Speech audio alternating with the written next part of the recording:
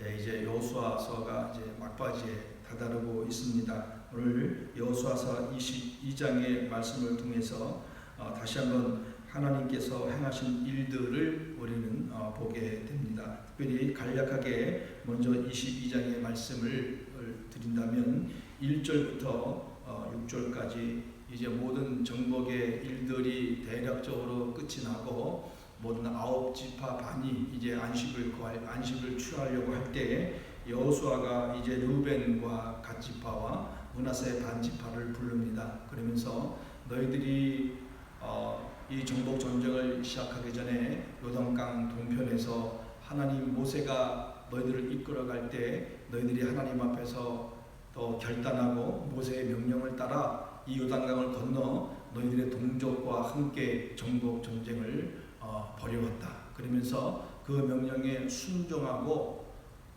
떠나지도 아니하고 그대로 너희들의 책임을 다하였다. 이제는 너희 형제 지파들도 안식하게 되었으니까 너희들은 이제 모세가 하나님으로부터 명령을 받아 너희들에게 준 그 동편 땅으로 돌아가도 된다. 이렇게 여호수아가 이제 결정을 내리게 됩니다.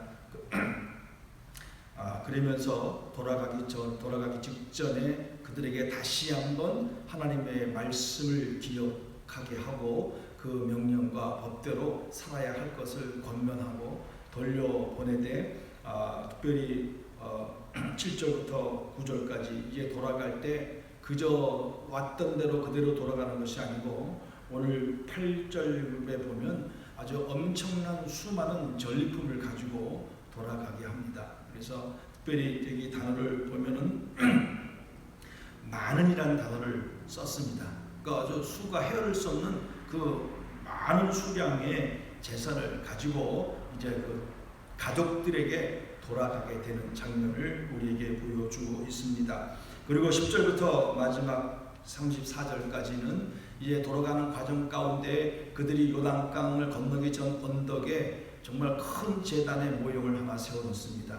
그래서 이스라엘 백성들이 그 요단강에 그들이 건너기 전에 건넌 후에 제단을 쌓았다는 얘기를 듣고 이게 무슨 일인가? 저들이 또 하나님의 율법을 배반하고 말씀을 거역하고 자기들이 다른 신을 섬기려고 하는 것이 아니냐 하면서 각 지파에 한 명씩 선택해서 이제 르우벤과 갓과 므낫세 반지파에 찾아갑니다. 그러면서 너희들은 우리가 부월의 유혹에 넘어가서 고통을 받고 또 아간의 죄로 말미암아 힘들었는데 너희들도 또한 우리를 떠나자마자 또 이렇게 하나님 앞에 죄를 지으려고 하느냐라고 따지자 이 르우벤과 또 갓지파와 므낫세 반지파가 아니다, 이것은 절대 그렇지 않다. 왜냐하면 우리가 이곳을 떠나서 요단강을 건넜을 때에 세월이 지나고 또 우리 자손들이 번성할 때에 너희들이 하나님께서 우리에게 약속하신 땅은 이 요단강을 경계로 해서 서쪽에 우리에게 주었기 때문에 너희들과는 아무 관계가 없다. 또 기업도 이어받을 수가 없다라고 얘기할 수 있지 않겠느냐. 그래서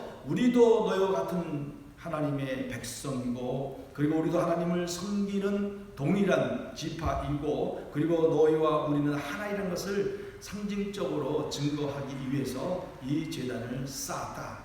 그 얘기를 들은 이스라엘 지파들이 즐거워하면서 돌아가면서 다시는 이스라엘 그 두 지파 반이 우리들과 싸워서는 안 되겠다라는 그런 결정을 하게 됩니다. 그래서 그 제단의 이름을 에시라라고 불렀는데 그 뜻은 우리 사이에 이 제단은 여호와께서 하나님이 되시는 증거라 이렇게 표현을 했습니다. 이러므로 이런 22장의 말씀을 통해서 이제 르우벤과 갓과 므낫세 반지파가 무사히 그 가족의 품으로 7년여 동안의 긴 정복 전쟁을 마치고 가족의 품으로 돌아가는 그 모습을 22장의 말씀을 통해서 우리에게 보여주고 있습니다. 우리들은 이 22장의 말씀을 통해서 하나님께서 우리에게 주시는 교훈은 첫 번째로 하나님의 은혜는 믿고 순종하는 자에게 임한다는 교훈을 우리에게 베풀어 주십니다. 르우벤과 갓과 므낫세 반지파의 그 믿음과 책임과 순종을 하나님께서 보셨습니다. 7년간의 긴 정복 전쟁 가운데 한 사람도 요단 동쪽편으로 그 가족들이 있는 곳으로 돌아간 사람이 없었습니다. 하나님께서 모세로 하여금 명령한 것을 끝까지 이 세 두 지파 반은 지켰습니다.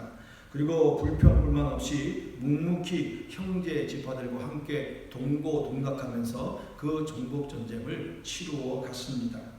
하나님께서 이 모든 것을 아셨기 때문에 이제 여호수아를 통하여 그들에게 돌아가라고 명령할 때 그들의 몸만 보낸 것이 아니고 하나님 덤으로 수많은 재물과 의복과 금과 은과 구리와 새와 그리고 많은 가축들을 함께 돌려보내는 그런 은혜를 베풀어 주셨습니다. 그리고 여호수아로 하여금 축복의 말씀을 전하게 하고 또 수고와 믿음과 그 순종을 칭찬하도록 하였습니다. 이렇게 오늘 하나님께서 여호수아를 통하여 이 두 지파 반에게 은혜를 베푸신 것을 바라볼 때에 사랑하는 성도 여러분, 하나님은 우리의 모든 것을 아시고 지금도 우리와 함께하고 계신다는 사실을 우리는 분명히 믿어야 될 줄로 믿습니다. 그러면서 말씀을 통해서 우리의 믿음의 상태 그리고 우리는 이들처럼 온전히 순종하고 믿음의 사람으로 책임을 다하고 있는가를 돌아봐야 될 줄로 믿습니다. 하나님의 자녀로서 말씀을 잘 듣고 그리고 백성으로 그의 책임을 가지고 선한 열매를 맺으며 살고 있는가를 살펴보아야 한다는 말씀입니다. 하나님께서 왜 우리를 지켜보고 계시겠습니까?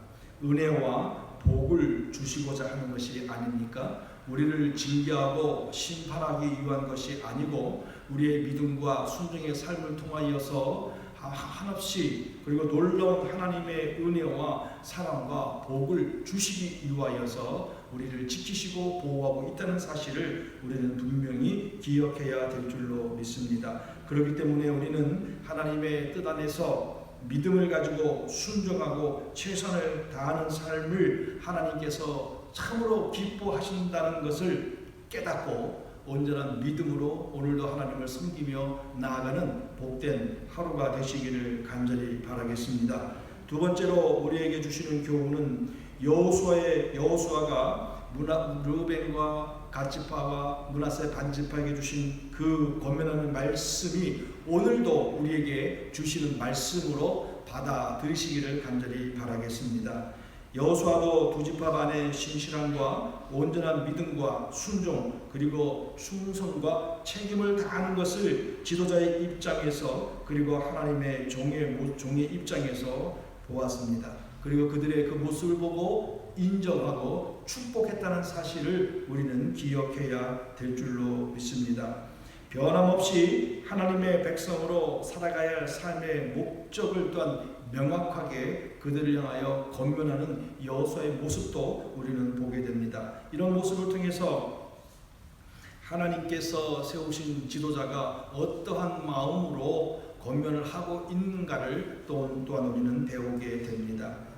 하나님께서 모세를 통한 명령과 율법을 반드시 행하라고 말씀했고 그리고 너희 하나님 여호와를 사랑하라고 말했습니다. 그리고 그의 뜻대로 행하여 한다라고 말했습니다. 그의 계명을 지켜야 한다고 말했습니다. 마음과 성품과 뜻을 다하여 하나님을 섬겨야 한다. 전심전력하여 하나님을 섬겨야 한다. 다시 말하면 외적으로 내적으로 하나가 되어서 하나님의 뜻대로 하나님을 사랑하고 그분의 뜻에 순종하여 믿음으로 살아가야 한다. 이렇게 여호수아가 그 두 지파 반에게 가는 마지막 길에서 아주 강력하게 권면하고 있다는 것입니다.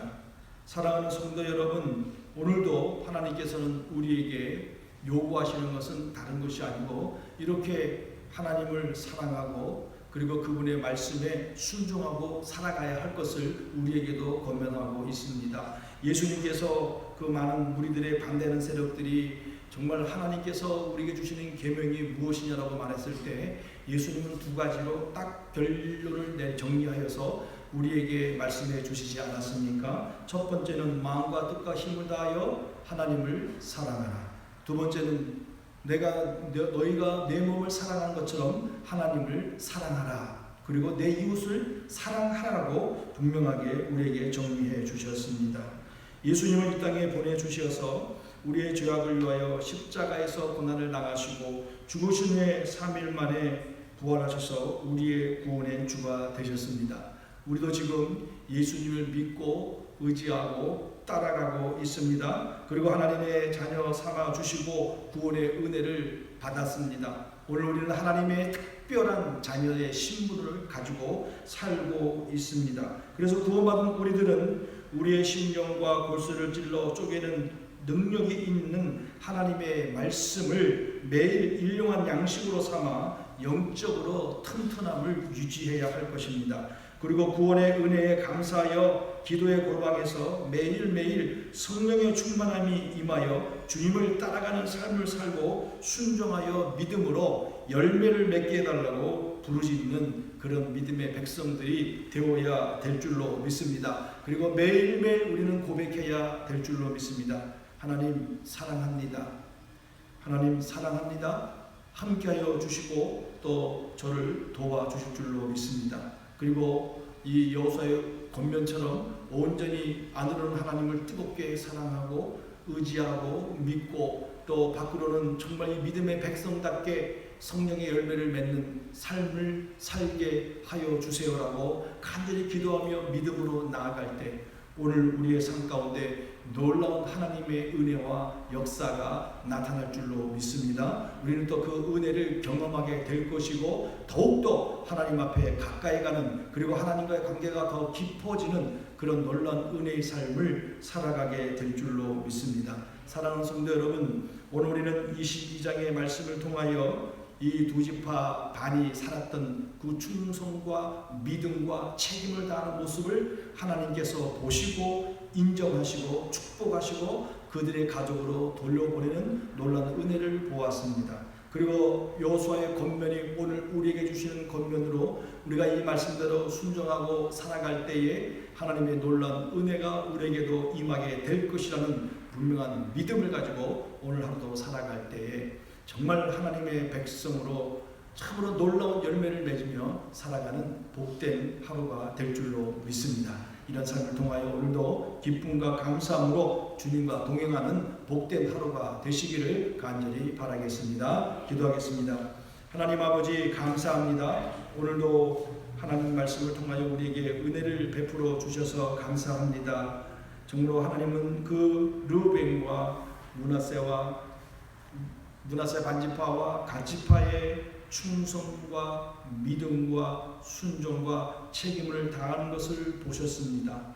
그리고 여호수아를 통하여 인정케 하고 그들이 떠날 때 또 많은 전리품들을 안겨주시고 그들이 고대하고 기다렸던 가족의 품으로 돌아가는 은혜를 베풀어 주셨습니다. 그러며 마지막 가는 그 길에 여호수아는 분명하고 명확하게 하나님을 사랑하고 이웃을 사랑하고 온전히 하나님의 뜻에 충성하여 너희들이 이 땅에 살았던 그 믿음과 충성과 그런 모습을 가지고 끝까지 하나님을 사랑하며 살아가야 할 것을 권면했던 것처럼 오늘 우리에게 권면해 주시니 감사합니다. 이 말씀을 따라 순종하여 열매를 맺으며 하나님 앞에 온전한 믿음으로 살아가는 저희들의 삶이 되게 하여 주옵소서. 감사와 영광과 찬송을 올려드립니다. 감사하며 예수님의 이름으로 기도하옵나이다. 아멘. 하늘에 계신